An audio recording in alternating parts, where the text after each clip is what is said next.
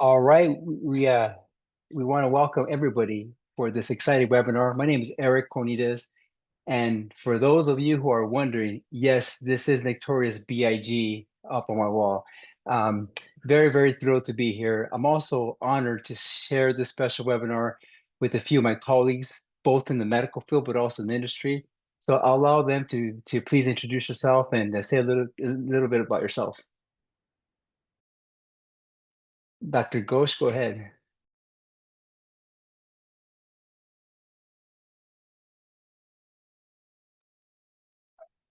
All right, so Dr. Ghosh is on mute right now, but she's gonna get it off mute in a second here. But in the meantime, how about Rebecca? Rebecca, do you want to say something about yourself? Sure. Hi, everyone. I'm Rebecca Wilkins, and I'm the DVP of R&D for Abbott Neuromodulation. I've been in the med space more than 20 years, but I started when I was 12, so I'm still youthful. No, but I love medical technology and partnering with physicians, and I think the world of neuromodulation is an exciting place. Thank you so much. Hey, Caitlin, how about you say a few words? Thanks, Dr. Cornelius. Hello, everyone. I'm Caitlin Papadato, Director of Professional Education and Conferences for Saluda Medical. I joined Saluda Medical about 3 years ago and have been in neuromodulation for going on 14 years now. So I'm super excited to be a part of this initiative. I've had great opportunities in the past to help develop some women's leadership and mentorship programs and women in neuromodulation. So I'm excited to partner with a great society like PSPS to continue initiatives like this.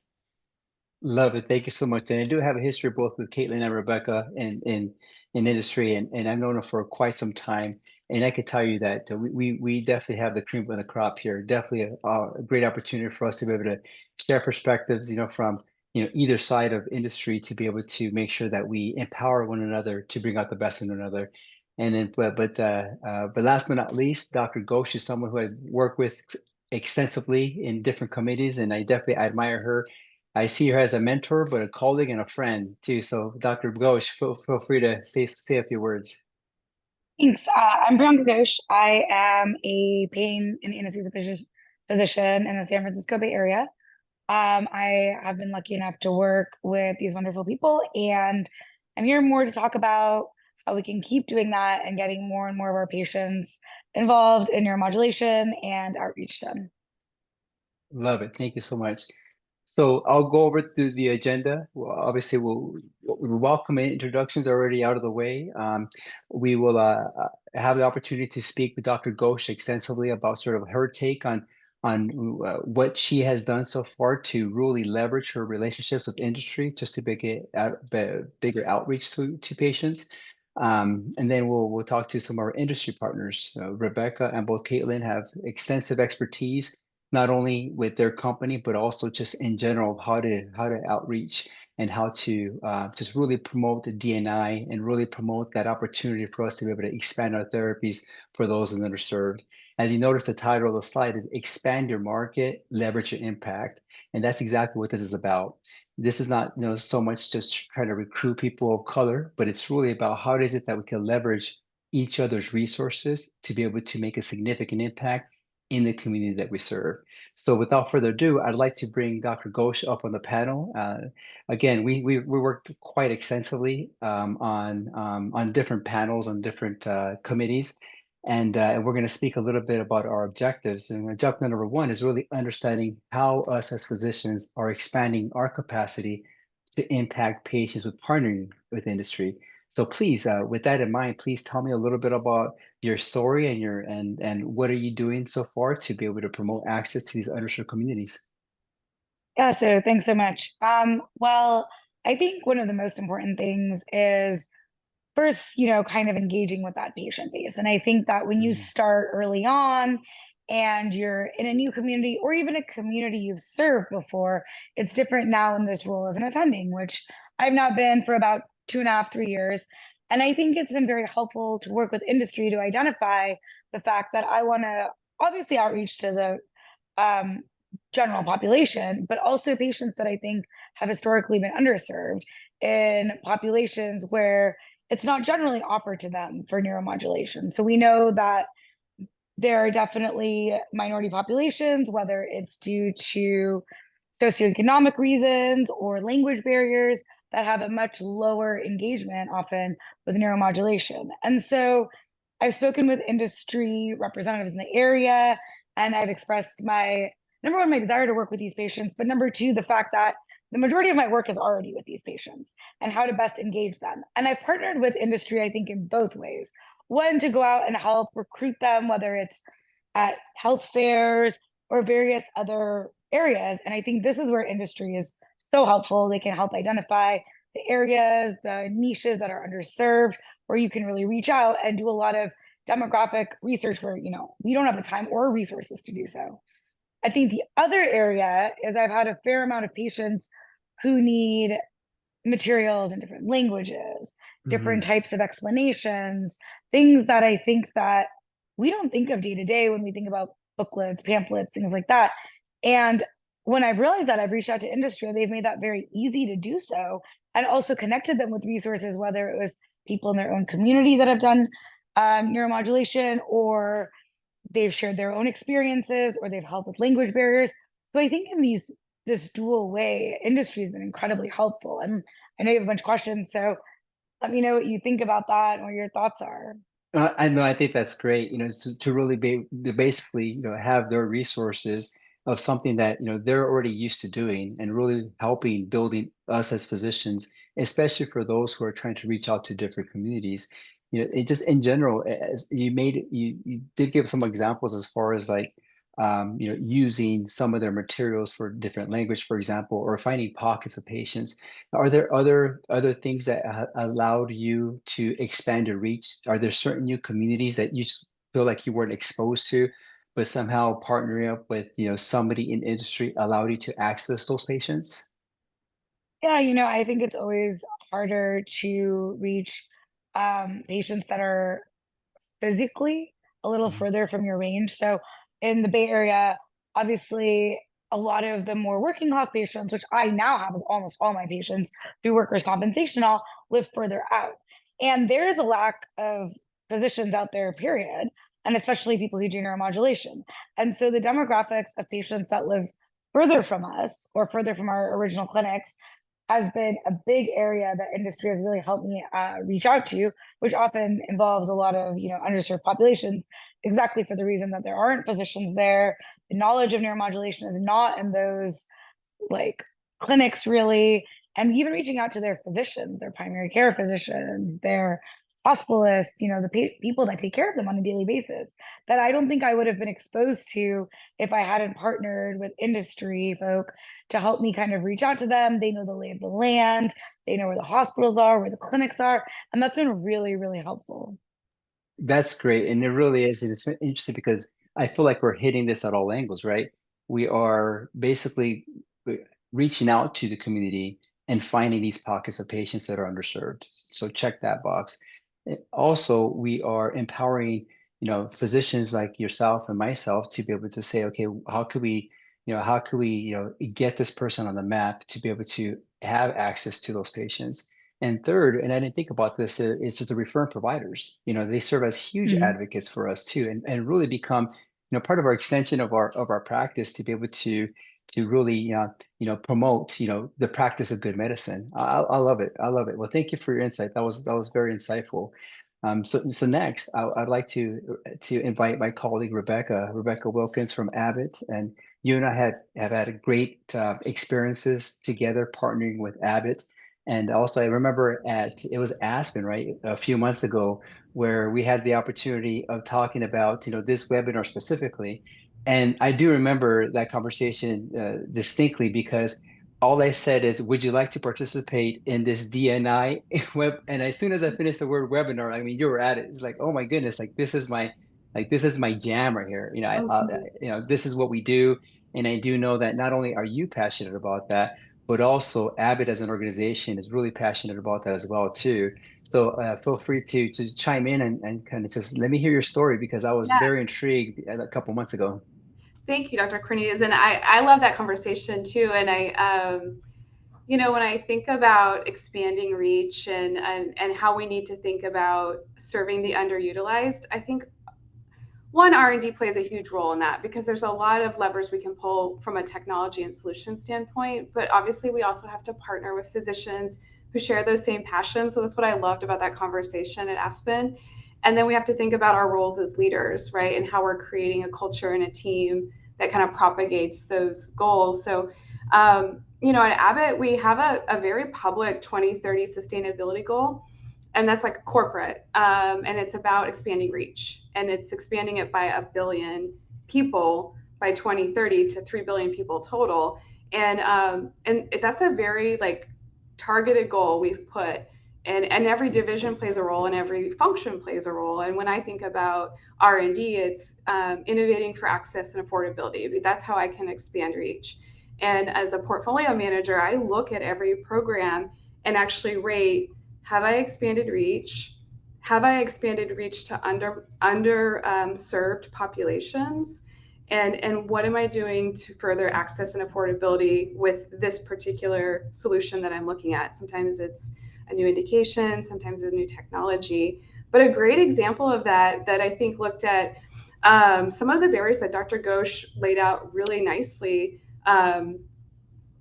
Access to care, distance from the clinic, language barriers is our Neurosphere virtual clinic. And that actually came out during COVID. We were working on it as kind of a research, and COVID came.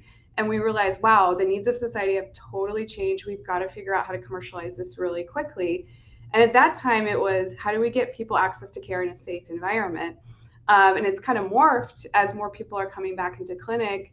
Now it's a really great solution for people that might be far away from a clinic. They might rely on a caregiver. They may have mobility issues. They may require someone to help translate like the type of guidance they need. And we'll continue to innovate on Neurosphere Virtual Clinic for things like that. For clinical studies, we look at how to partner. And we actually just announced a clinical trial for treatment-resistant depression, and we have a specific diversity and inclusion plan for that.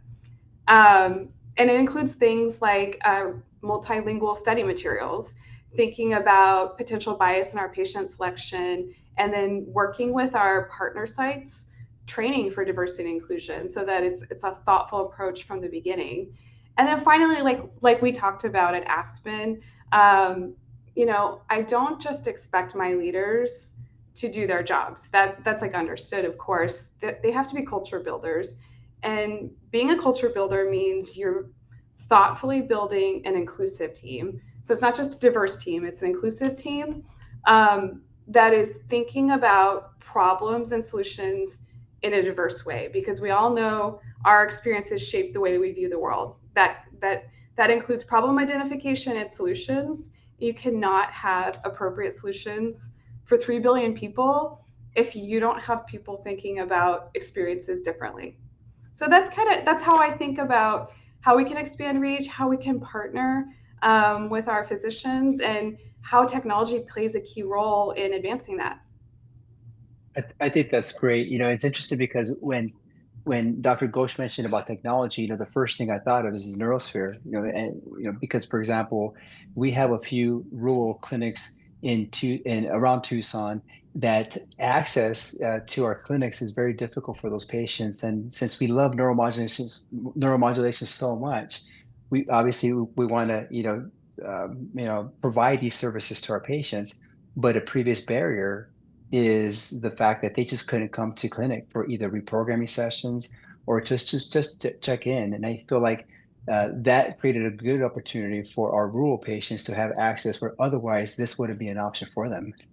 Yeah, no, I strongly feel that. My mom is actually a patient, and she lives in rural Wyoming, and she utilizes a Neurosphere virtual clinic, so she doesn't have to drive so far. So not only do I believe in it, like I have family members that are benefiting from it. That's awesome. And the fact that, talking about, creating, or building a culture, you're absolutely right. I mean, that's the most important part. Another thing I really appreciate in the very beginning when you said, okay, well, when I'm looking at potential projects, I have to make sure that these projects are in alignment with my vision, and does it really create a meaningful difference? I love it. I love it. Well, thank you so much for your input. That was great. Sure, thank you. And Caitlin, so I'll put you on the spotlight, if that's okay with you. And I remember having our first conversation. You came to Tucson, And you just, you heard about, this crazy Tucson doc who wants to get more involved with medical education, and how do we start building a center of excellence. And during dinner, I remember talking about just relationships and what's the definition of a relationship, but also what's the goal. And the word that came to mind during our dinner was the word synergy. How is it that we can make each other better to be the best version of ourselves all the time? And so that's something I definitely appreciated from you specifically, but also the organization that you represent. And so before I get into your questions, I do want to tell the audience that we would love questions, and so feel free to type in some questions, and towards the end of the conversation, we'll address those. So feel free to take advantage of that. But with Caitlin, we talked a little bit about this during dinner, just having that big role in professional education and conferences. With this conversation in mind, how do you think that this will directly impact areas that could drive greater inclusivity? Yeah, thanks, Dr. Cornitas. I think with the role that I have here at Saluda, really leading professional education and society partnerships, I think it's really key. There's certain areas that we can directly impact together. And I know you and I, like you mentioned, have spoken about this in length. So I just think I'm privileged to have this role where we can make a direct impact. So some of the areas I specifically think about, which you can see by being on this webinar right now, is who are we partnering with in organizations that are focused on that. So obviously working very close with PSPS, other organizations like WIPM, NANS, Color of Pain. Here at Saluda, we're really focused on working with those organizations and partnering with them, knowing that they are really focused on driving diversity and inclusion. So, supporting them where we can, partnering on different projects and everything. But I think what's key too is just partnering across the board, putting some of those maybe industry competitive things aside. The fact that Rebecca and I kind of came here together, two companies, we're excited to partner together. So I think if we build it up, we partner with different organizations, different companies together, we're bigger and we can make a bigger impact in this. I think that's going to be really crucial. I love it. And you're absolutely right too. I remember when I came to Tucson, just really calling my competitors my colleagues, because if we can make each other better, all that means is that the community of Tucson is going to get better access to care, right? So coming together, it doesn't matter what color scrubs you're wearing, but definitely working on the same team. So great. And you mentioned the importance of diversity in panels and speakers in the past, especially at these conferences. Why do you think that is important, and what kind of impact that specifically could have? Yeah, I think speaker selection is a huge area where, again, that's a big focus of mine. Just thinking about all aspects of diversity when you're choosing speakers to represent you, at your own educational programs, at conferences and things like that, and thinking it from gender, ethnicity, education, background, experiences, all these different things should be considered and really represented among these panels. It comes down to that the audience wants to see people like them up there. They want to see people that they can relate to. So it's really important to consider that when choosing these speakers. In doing some research too, I found out in just reading that conferences with diverse speakers often report higher levels of audience engagement. So I think that goes back to the audience can then relate to you. And then also a diverse speaker lineup attracts a wider range of attendees that may not have potentially considered in attending a conference previously. And it really reaching out to these individuals that may have not considered it. So I think that helps the societies overall expanding it. And then finally, I think it can also lead to more mentorship opportunities. So when you see diverse speakers up there, there are people in the audience who maybe think, I don't know if I'd be considered for this in the future, but they see people like them, who look like them, who act like them, that they relate to, and you can develop more mentorship from there. And that just grows us overall and really training the next generation of this diverse group of speakers. So it's extremely important and something we think about every time we're evaluating a program and a conference. That's amazing you say that, because I'm also reminded of the fact that, when you talk to, physicians, who are from diverse backgrounds, and it's well documented and well studied that patients who are of the similar demographics, their engagement, their compliance, even their outcomes are improved significantly, because again, I love what you said, people who look like me, talk like me, just understand culturally, obviously in alignment. there's this sense of, either belonging, I could call that, or even, a sense of this capacity to be able to be involved too. So I do hope that I serve as mentors to other people who traditionally just don't think that they belong, on these podiums, on these conferences and all of that too, or in this webinar too. So no, that's great. Thank you for that. Let me shift gears a little bit here to Caitlin, talking about research, because I know that's very important for us to be able to, move the space. In other words, historically, neuromodulation up until about 10 years ago, we weren't the best at recording outcomes. And so we've definitely elevated that. So kudos to all neuromodulation companies and physicians in the space to be able to advance that. But we also know that your data is just as good as the realistic representation, that it serves. In other words, if I have study populations who are who the study candidates that are there are not really representative, of our real patients, that data doesn't really mean as much too. So, let me pick your brain a little bit about, what Saluda is doing in terms of including the concept and idea of inclusivity and diversity in the research. Yeah, so I actually think of that too on kind of two different sides of the research. And the first part I think about too is when you look at the principal investigators and the research sites that are chosen for this, and diversity should be considered in that in itself. I think especially, when you look at gender and race and all those things, there's definitely underrepresentation in principal investigators. So I think that's something that we as a company obviously have more control of, and that we should be making sure that these principal investigators are inclusive in this.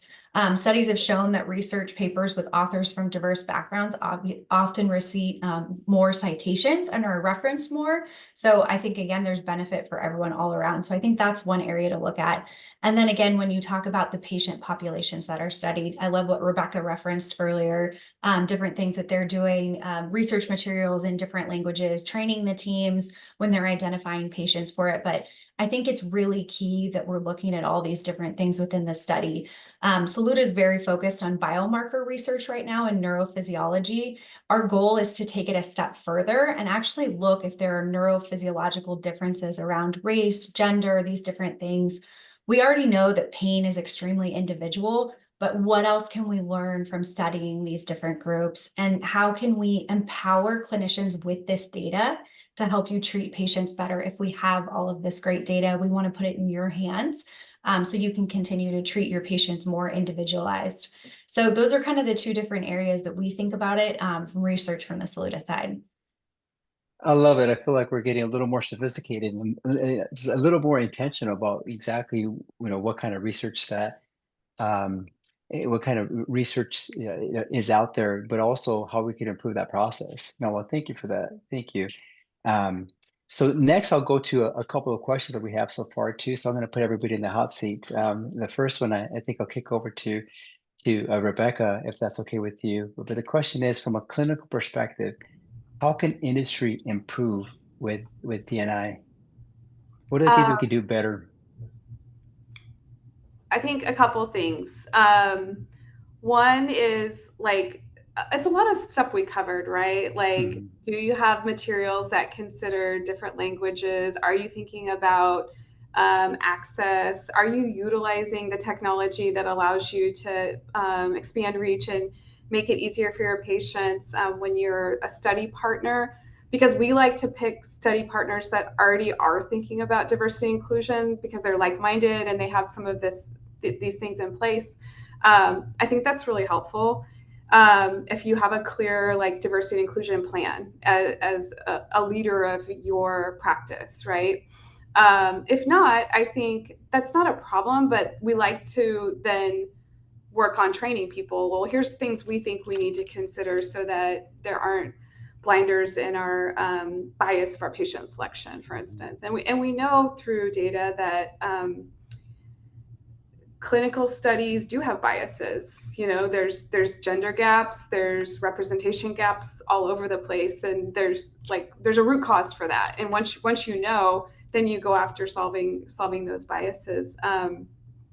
So I think that's a key way that we can work through it. And then And then challenging your industry partners, like, hey, I don't know that you've considered this population that maybe isn't going to be able to get reimbursement for this, or this solution isn't going to fit a population that's smaller than this size, or this isn't great for my hands or somebody else's hands. And I think helping us understand maybe where we had blinders or developed a solution through our experiences and didn't consider the gaps, I think that's such an important part of the partnership.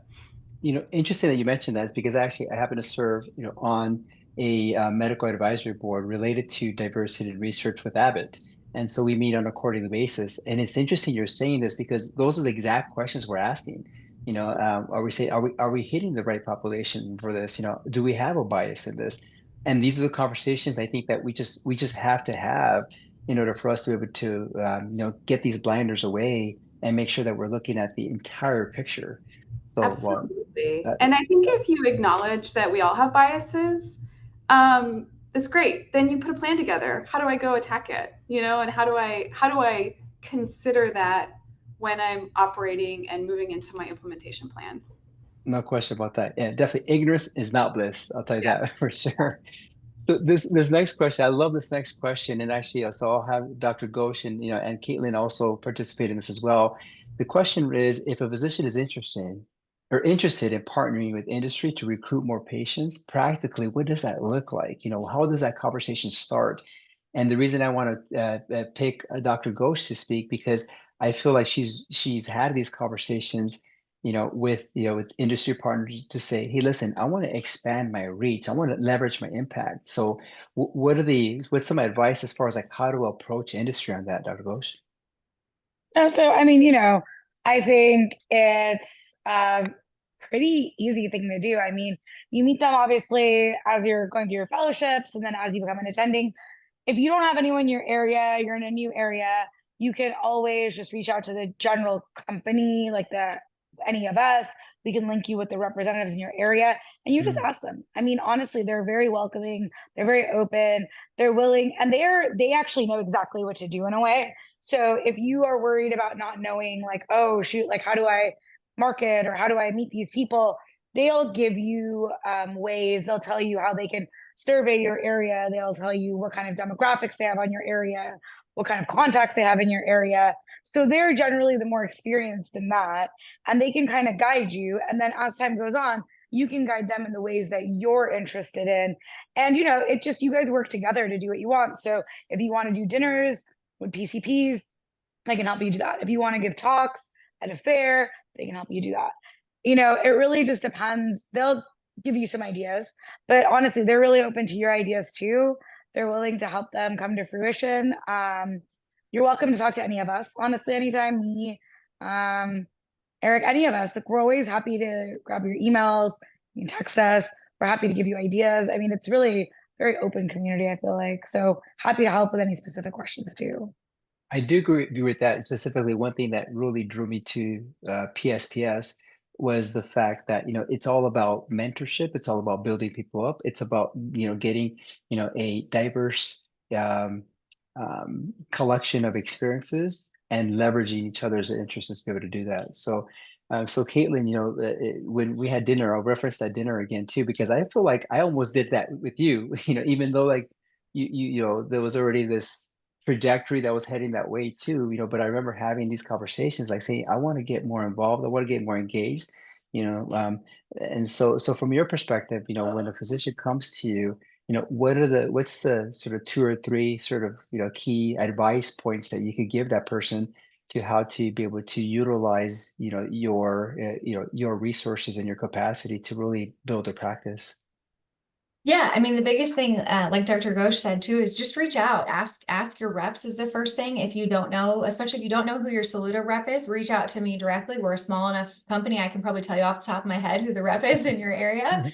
But just start a conversation with them. They are excited to do this and partner, and diversify, and they're trained on it. So, there's different therapy awareness programs, there's different materials they can do for patient education. They can help you educate your patients.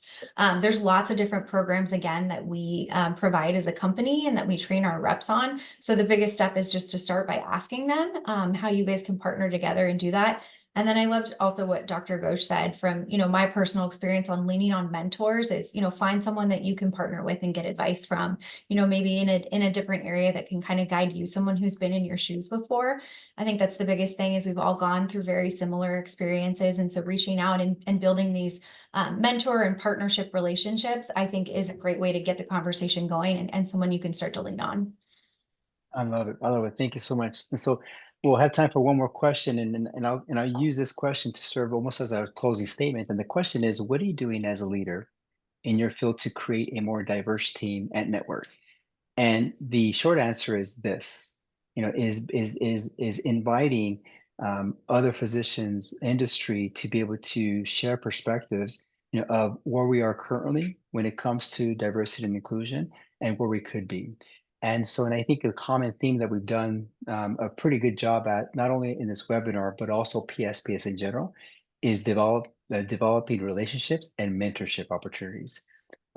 So one perspective that I really appreciated with PSPS is that you have spine surgeons, physiatrists, psychologists, neurologists, anesthesia-based pain physicians really come to the table and bringing their perspectives, and not just being able to share perspective, but also embracing and appreciating other people's perspectives. I think I spoke at the annual meeting just a few weeks ago, during one of our sessions, and I asked the question, how would it look like if PSPS was a bunch of anesthesia-based pain physicians just sitting around the table and telling each other how special we really are? That there'd be no flavor, there'd be no discussion. We wouldn't advance the field the way that we really need to.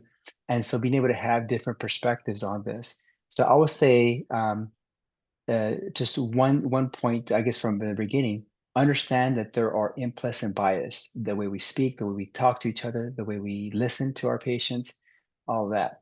The second thing is being able to develop these relationships and partnerships, especially with people who think differently than us. And the way that we do that is to have people from different experiences and different backgrounds in order for us to push that.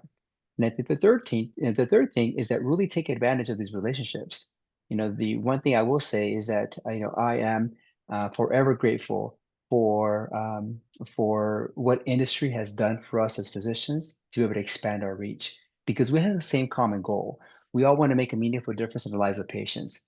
We all believe in neuromodulation. There's no question about that. It works, and so we have this responsibility to be able to expand that to the patients who really need it. So if nobody else has any closing remarks on that, I just want to thank everybody for just an engaging conversation. Something tells me that we're going to do this again. I can't close without giving special praise and special shout out to our friends at Abbott and Saluda for sponsoring this. We appreciate the sponsorship, but more importantly, we appreciate the friendship and the ability to allow us to be the best version of ourselves.